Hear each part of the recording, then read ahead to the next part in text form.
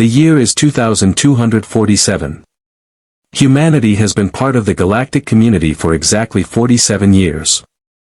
We were the newcomers, the primitives, the species that barely qualified for membership. The Galactic Council consisted of 12 elder races. Some had been traveling the stars for over 100,000 years. They had rules. So many rules. And humanity? Well, we had a reputation for being creative with rules. The catalyst. It started with the Prometheus II, a human exploration vessel captained by Maria Santos. Her mission was simple: chart the void reaches, a region of space the Council had marked as off-limits for the past 3,000 years. Now, the Council never explained why it was off-limits. They just expected obedience. But Maria Santos had read the fine print of the Galactic Charter, and nowhere did it actually say humans couldn't explore uncharted space. It said Council members needed permission. Humanity, technically still on probationary membership, wasn't bound by that clause. The discovery. What Captain Santos found changed everything. The void reaches weren't empty. They contained a massive network of ancient jump gates, technology thousands of years more advanced than anything the Council possessed. But here's the twist: these gates were shut down, deliberately disabled. Maria did what any human would do. She turned one back on. The fallback. Within hours, the Council convened an emergency session. The gates, they claimed, were sealed for a reason. The progenitors who built them had vanished, and the Council had decided the technology was too dangerous for younger species. Translation: they wanted to keep the power for themselves and study it in secret. Captain Santos refused to back down.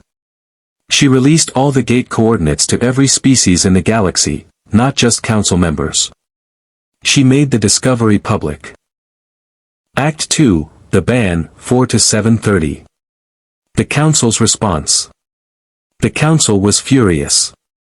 In an unprecedented vote of 11 to 1, they invoked Article 7 of the Galactic Charter, Expulsion and Containment.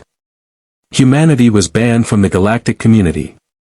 All human vessels were to return to Sol System immediately. All trade agreements were void. All diplomatic channels closed. And here's the kicker: they placed a blockade around our solar system. 20 Council warships to ensure we stayed put. Earth's reaction. Back on Earth, the response was unexpected.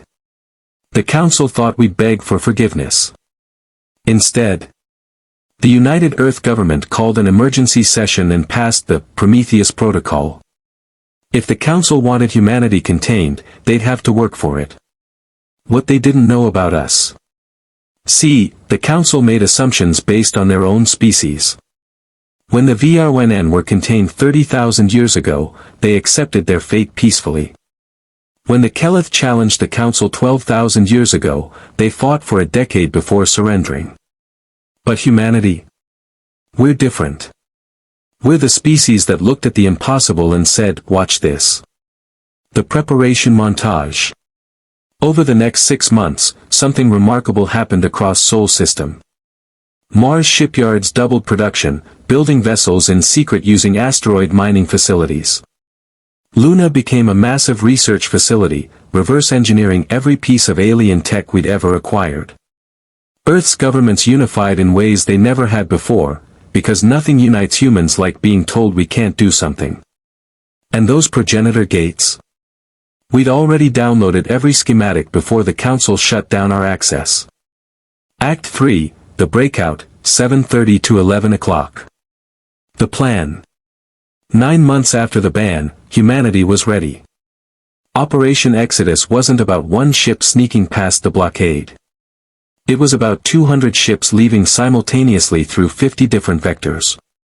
But the real genius? We weren't just running. We were giving every other non-Council species in the galaxy a gift, the gate technology, fully decoded, with instructions in 500 languages. The battle. The Council's blockade never stood a chance. Their 20 warships were designed for overwhelming force against conventional drives. But humanity brought unconventional warfare. Drone swarms that used wolf-pack tactics. EMP mines that disabled sensors. Ships that could break apart and reassemble. And our ace in the hole, the first human-built jump gate, activated right in the middle of the blockade.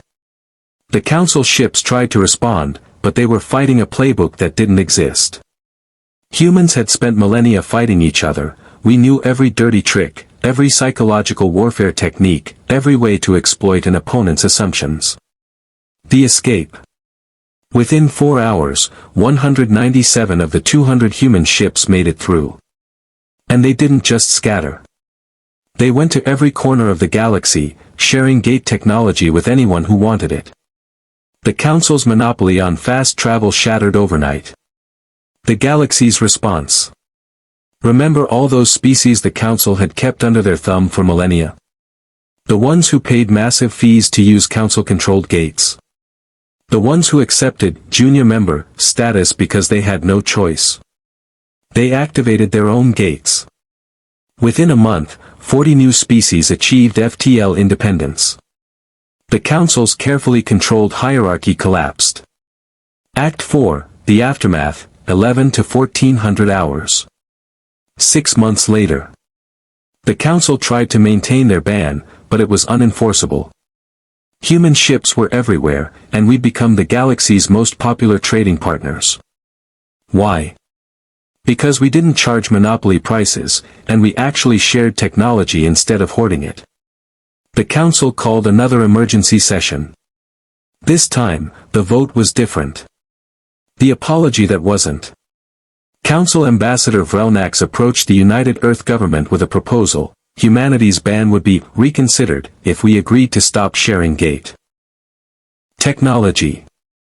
Earth's ambassador, a former Marine named Jackson Reed, gave a response that became legendary. The Council had 3,000 years to do the right thing with those gates. You chose secrecy and control. Humanity had 6 months. We chose freedom and sharing. You don't get to ban us, then ask us to fix your mistakes. You want humanity back in the galactic community? You don't ban us, you ask us. And you ask nicely. The new order. The Council eventually lifted the ban, but it didn't matter anymore. The galaxy had changed.